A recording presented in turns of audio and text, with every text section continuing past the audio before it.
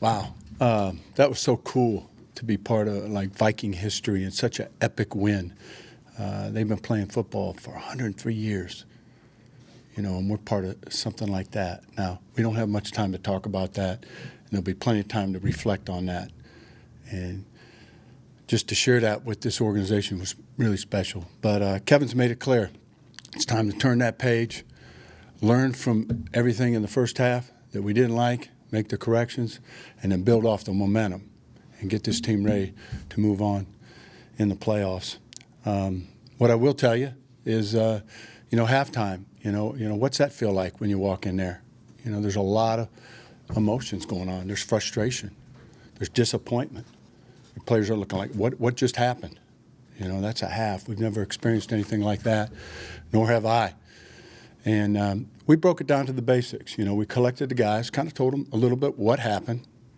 We said, look, we're going to need some core play defenses for the playoffs, and we're not executing them at the level we need. So we got to start right now at the basics. Let's get better execution this half. Let's get a couple stops. And then we'll build forward. And this probably isn't going to happen without a couple takeaways along. You're going to have to turn it over on downs, or you're going to have to take the ball from some people. And I was really proud of our guys because we were real close on what, a lot of people thought were scores, and the call didn't go our way, and they kept hanging in there. So there's real tests there. In today's world, in particular football, there's so many ways to measure everything. But there's two areas they really haven't found a way to measure. The human heart and resiliency. There's just no way to measure that. Whether we're drafting guys, until we see our guys under pressure, we don't have a way to measure that. The other thing we don't have a way to measure is the connectivity and the team chemistry. Where do you measure that? And the best way that I know is when it's times under pressure, when you really need people. And right now, I would say we're at a high level there. And we're constantly looking to improve all areas of our game, but we think that's really important. The New York Giants, first-year head coach Brian Dable, he's built belief in this team. He's got their good players playing really well. Saquon Barkley is at the highest level he's played in his career, and he's the starting point of this team. He's going to play to their strength. That's the starting point. And Daniel Jones is playing well, and he's had him fit into a system where he's got some dual threat to him. He's taking care of the football.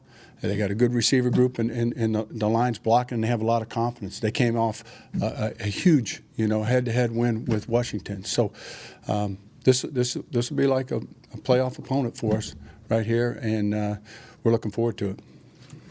What can you take schematically out of the way you guys played in the second half? Yeah. Is there anything you take from that moving forward to Yeah. future games, or is that kind of its own thing? I talked to you about standalone games, and how can it be any more standalone than that? You're sitting at halftime, and I'm not looking anywhere near the scoreboard. I'm just trying to say, how can we win the next play, this, that, what works for our players, and how's this going to help us in 4 weeks, when we're in the playoffs? But, what will be lost in this thing, in any comeback, all you see is the touchdowns. You don't really see the stops, and you don't see the stops in the first half. That ball laid on the 31-yard line 2 times, and our guys stopped and held them to field goals. There was a goal line stand in there. You'll never see that. It's gone. But so there were good things, and we had to tell them, kind of what happened, and then build from there. But the thing you do know in that situation, the scoreboard, you got a lot of work to do. And we had to start at the bottom of the mountain and just chip away. And, it's just such a beautiful team thing. How can you be around something like that? You guys got to see it. You've written forever. You've never seen that because nobody has. And that's what's beautiful about it, unprecedented. So anyways, I don't know if I answered your question, but that was as standalone a game as I've ever been in. And I was really just trying to build our team for other games till we got back in it. Some of the veterans, Patrick Peterson, Jordan Hicks, talked about wanting to maintain that. I think they used the word killer instinct, aggressive mentality moving forward. How did you guys help them, kind of put them in positions to do that on Saturday? I think, again, it speaks to who they are. When things really get tough, you kind of it examines you, and your real truth comes out. But it's a combination. We're going to position our guys to whatever we think the best position is. We're still learning them. I can tell you there's been different combinations. We have young players, new players, and, it's our job as a staff to figure that out. We pressured a little bit down the line. Our guys came through. They executed at the end.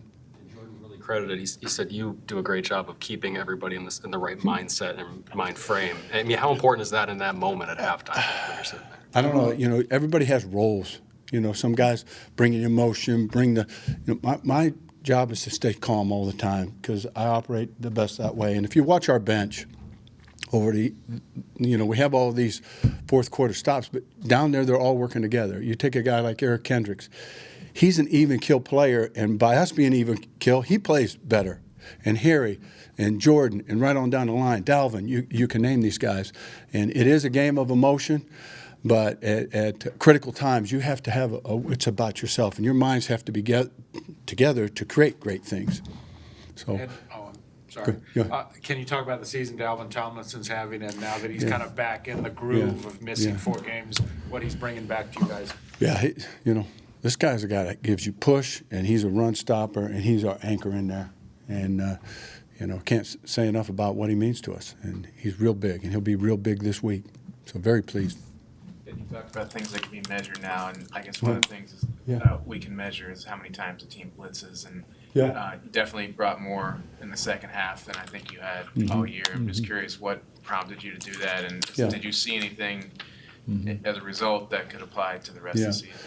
Well, we also, visit, like once it gets a little closer and it gets 2 scores, and then you're looking at time left. So you're trying to pull this off now. So we're getting together, and Kevin and I will talk in between series, and he'll say, hey, we're going to need a little bit about this. We don't have much time, so you might amp it up a little bit. And so it's whatever it takes to win that standalone game with the situations presented you. And what have you seen this year from Sezzi and his development that allowed you guys to utilize him like you did? Yeah. He's an explosive player, and he came in here. He didn't have tons of experience in what we do, and we just brought him along at a good pace. And we felt, in the last quarter of the season, we need to get him going. He brings fresh legs. He brings speed and explosion. And, he's a good listener, and he's listening to the vets. And, again, in those 3 weeks, we want to be, have everybody, playing well that can play well. You see guys like Brian Asamoah, he's going to have some roles as we get going, and that's part of coaching rookies, right? They usually don't do a lot for you in September unless they're rare. Speaking of rookies, Coach O'Connell talked about William Quinca last week, and mentioned his special teams. In terms of defense, what does he maybe need to do moving forward to, be a defensive type guy on the field? Yeah. But, first of all, when you play dome football on carpet, you're going to have to build your team fast. And this guy can run fast, and he can hit.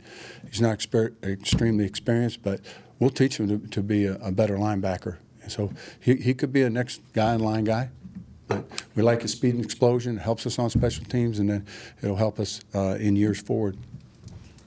And is Duke Shelley your guy going forward, starter ahead of Dan? We haven't said anything yet, but that's another guy that, if you look at him, that, his coaches in high school told him, hey, you need to write some letters to Division III schools because you can't play. You're too little, And he didn't believe them, and he hung around and finally got a Division I offer, and then they said no NFL, and him and a couple of his buddies were free agents, and they made it.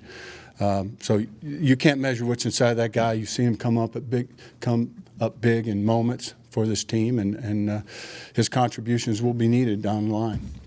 When you talk about you can't measure heart, you can't measure connectivity, all that stuff, what does it take to get players to buy into that and not just say, they're just talking to say something at halftime when we're down 33-0? Yeah. There's a real answer to that, and you got to be your true self. If you care for people and you're real mindful and it's really important to you to bring people together, you can do it, and there can't be any cracks in that. There can't be any cracks in it. It's every day. has to start as a foundation point. And from Kwesi to Kevin down, that's our foundation.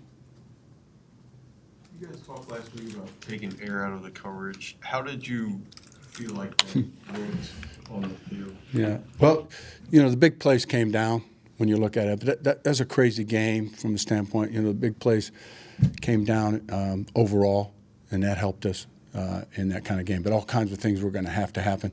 But how do you take it away? To answer your question, tighter in man, closer to your people. In zone, your matches are tighter. And in zone, it means we play a pattern match, and it's built off the numbers as they're moving. So we were better in both those areas. And when Harrison Smith walks around pre-snap the way that he does, I guess, what does that do for opposing quarterbacks when they're having trouble identifying where he's going to be? Yeah, he's an expert, at dictating coverage and protection, so he's adding into counts and so forth. And he has so much experience, and he's so good at it. I don't know if I've been around a guy like that. He's certainly in the upper percentile of guys that ever done it. He has a feel when the quarterback and the line are coming together and the timing, and it would take you 4 billion reps to teach a guy that, So I'd just rather, hey, go do your thing. You saw the play he made on the goal line, where he hit the back in the backfield. We get a 7-yard loss there, but that's him. That's us providing a platform for him, but us being smart to let him know that we know he can do that. He seems so quick off the snap, too. Yeah. Just in terms of time, is that just timing the snap? It's timing. It's timing. It's just using something a guy can do. Okay, thanks, guys. Thanks, Ed.